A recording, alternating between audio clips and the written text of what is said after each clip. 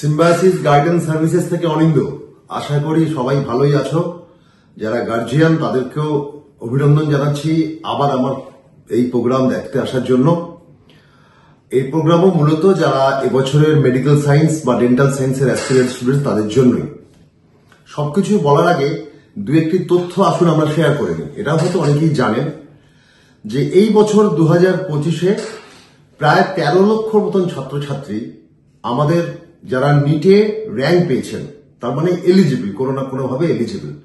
তার মধ্যে 12,36,000 আছেন যারা সাধারণভাবে র্যাঙ্ক পেয়েছেন এবং বাকি অংশটা কোনো না কোনো রিজার্ভ ক্যাটাগরিতে থাকার জন্য, যেমন এসসি বা এসটি, এই কারণে তারা র্যাঙ্ক পেয়েছেন।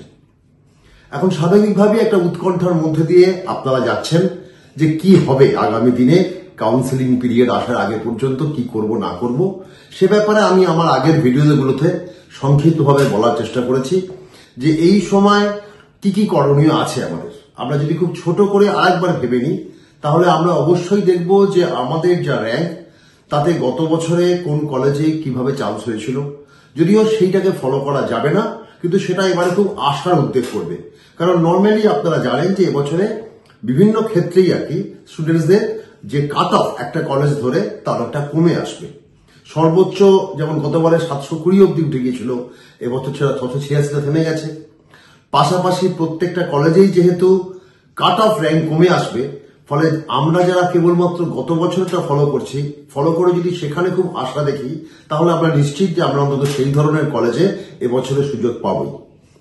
মূলত আমি আমার ভাবনা চিন্তার মধ্যে দিয়ে বলতে পারি যে 3 ধরনের ছাত্রছাত্রীরা এই মুহূর্তে আছেন।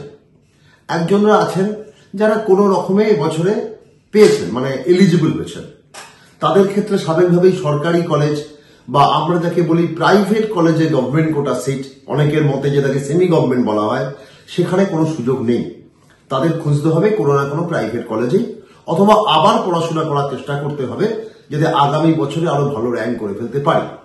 কিন্তু মনে রাখতে হবে একটা কম্পিটিটিভ এক্সামিনেশনে মনে করলেই আজকের 130কে, আজকের 140কে 500 বা 550 নিয়ে যাওয়া যায় না।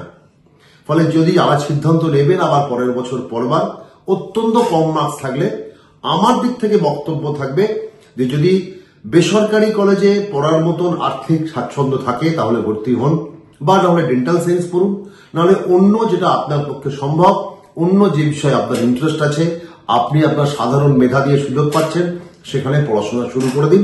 অহেতুক আরো একটা বছর করে নিজের জীবন থেকে 2-3টে বছরকে নষ্ট করে ফেলার তেমন কোনো মানে নেই। হ্যাঁ, এক্সেপশন থাকতেই পারে।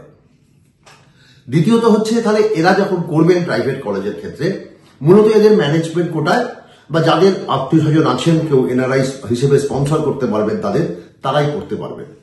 তাদের এখন মূল কি খুঁজবেন তারা, যে তাদের বাজেট অনুযায়ী তারা ভারতবর্ষের কোথায় কোথায় কি কলেজ পেতে পারেন। সে ব্যাপারে সহায়তার জন্য আমরা অবশ্যই প্রস্তুত। এরপরে আরেকটি অংশ আসবে যাদের মান, মানে র্যাঙ্ক বা প্রাপ্ত মার্কস যাই বলুন না কেন, এমন একটি জায়গায় আছে যে তারা হয়তো গভর্নমেন্ট ক্যাটেগরির সিট পেতে পারেন, আবার নাও পেতে পারেন। এই সংখ্যাটা কিন্তু সবচেয়ে বেশি অনিশ্চয়তার মধ্যে ভোগেন। তাদের জন্য যেটা দরকার, কেবলমাত্র এক বছরের, মানে গত বছরের বা এবছরের ক্ষেত্রে, এবছরের মানে আমি 24 সালের কথা বলছি, শেষ যে রেজাল্ট বেরিয়েছে বা তার আগের একটি বছরের কাট অফ দেখে তারা সিদ্ধান্তে পৌঁছানো যাবে না। আমরা বলছি যে যুক্তিনিষ্ঠ বিশ্লেষণ করলেই একমাত্র আপনি সাফল্যের দোরগোড়ায় পৌঁছতে পারেন, কিন্তু সব ক্ষেত্রে সবাই করে উঠতে পারবো এমনকি আমরা যারা দীর্ঘদিন ধরে এই বিষয়টার সঙ্গে যুক্ত আছি তারাও করে ফেলতে পারবো এমন নয়। কিন্তু তবু আপনাদের জানতে হবে, বুঝতে হবে, এক্সপার্টসদের সহযোগিতা নিতে হবে যে আপনার মার্কসে কোন কোন কাউন্সিলিং এ যুক্ত হব।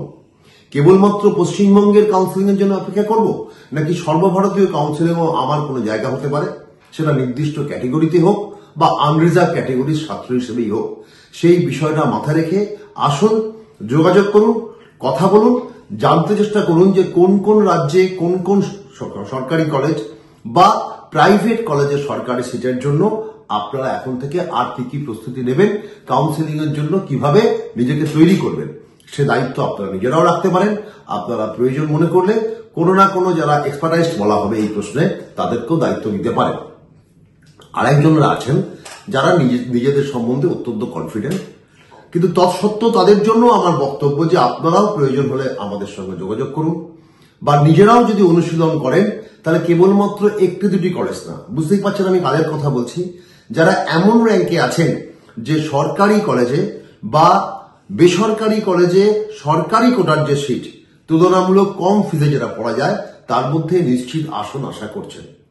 তাহলে তারা কি দেখবেন? তারা যদি নিশ্চিতে থাকেন, সত্যি এরকম তো কিছু মার্কস তো আছে যেখানে নিশ্চিতভাবেই এই একটা সরকারি কলেজে অথবা বেসরকারি কলেজে সরকারি সিটে পড়া যাবে।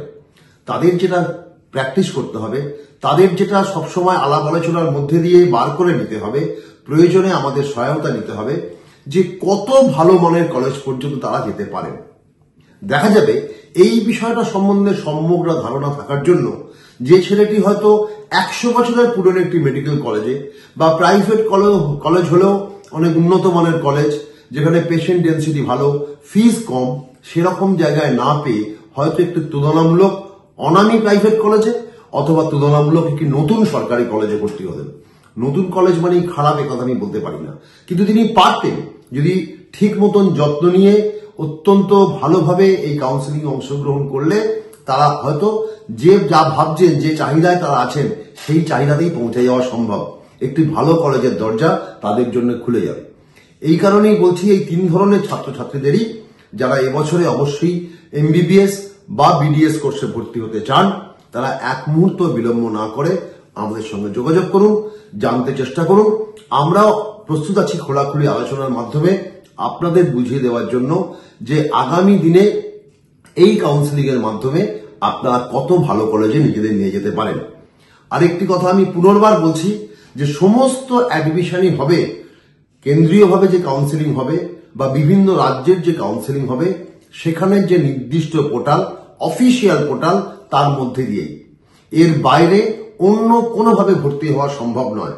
ফলে আপনাদের সমস্ত মনোযোগ নির্দিষ্ট করতে হবে যে কিভাবে এই পোর্টালগুলোতে আপনারা রেজিস্টার হবেন, কিভাবে এই পোর্টালগুলোতে বিভিন্ন রাজ্যের জন্য নিজেদের ভেরিফাইড স্টুডেন্ট হিসেবে গণ্য করাতে পারবেন, সমস্ত প্রয়োজনীয় ডকুমেন্টস দিয়ে কি কি ডকুমেন্টস দেবেন না দেবেন সব বিষয়টাই পোর্টালে থাকবে। যদি বাড়তি কোনো সহায়তা লাগে আমরা তো আছি। পাশাপাশি যারা ম্যানেজমেন্ট কোটায় বা প্রয়োজনে এনআরআই কোটায় যেতে পারবেন তাদের ক্ষেত্রেও দেখতে হবে যে আপনার বাজেট অনুযায়ী সারা ভারতবর্ষের কোন কোন কলেজে আপনি প্রস্তুতি নিলে নির্দিষ্টভাবে ভর্তি হতে পারবেন। আর বেশি কথা বাড়াচ্ছি না, আমি আবারও আপনাদের অনুরোধ করব যে কোনো প্রয়োজনে এই বিষয়ে আমাদের ফোন করুন বা আমাদের কাছে আসুন। এই আলাপ আলোচনা ইত্যাদির জন্য কোন রকম ফিজের বিষয় নেই, এটা সম্পূর্ণভাবে ছাত্রছাত্রীদের হিতার্থে আমরা দিয়ে থাকি। প্রয়োজনে আসুন, আমাদের থেকে যে কোনো ধরনের সহায়তা নিন যাতে সাফল্যের দোরগোড়ায় আপনি পৌঁছে যেতে পারেন। নমস্কার।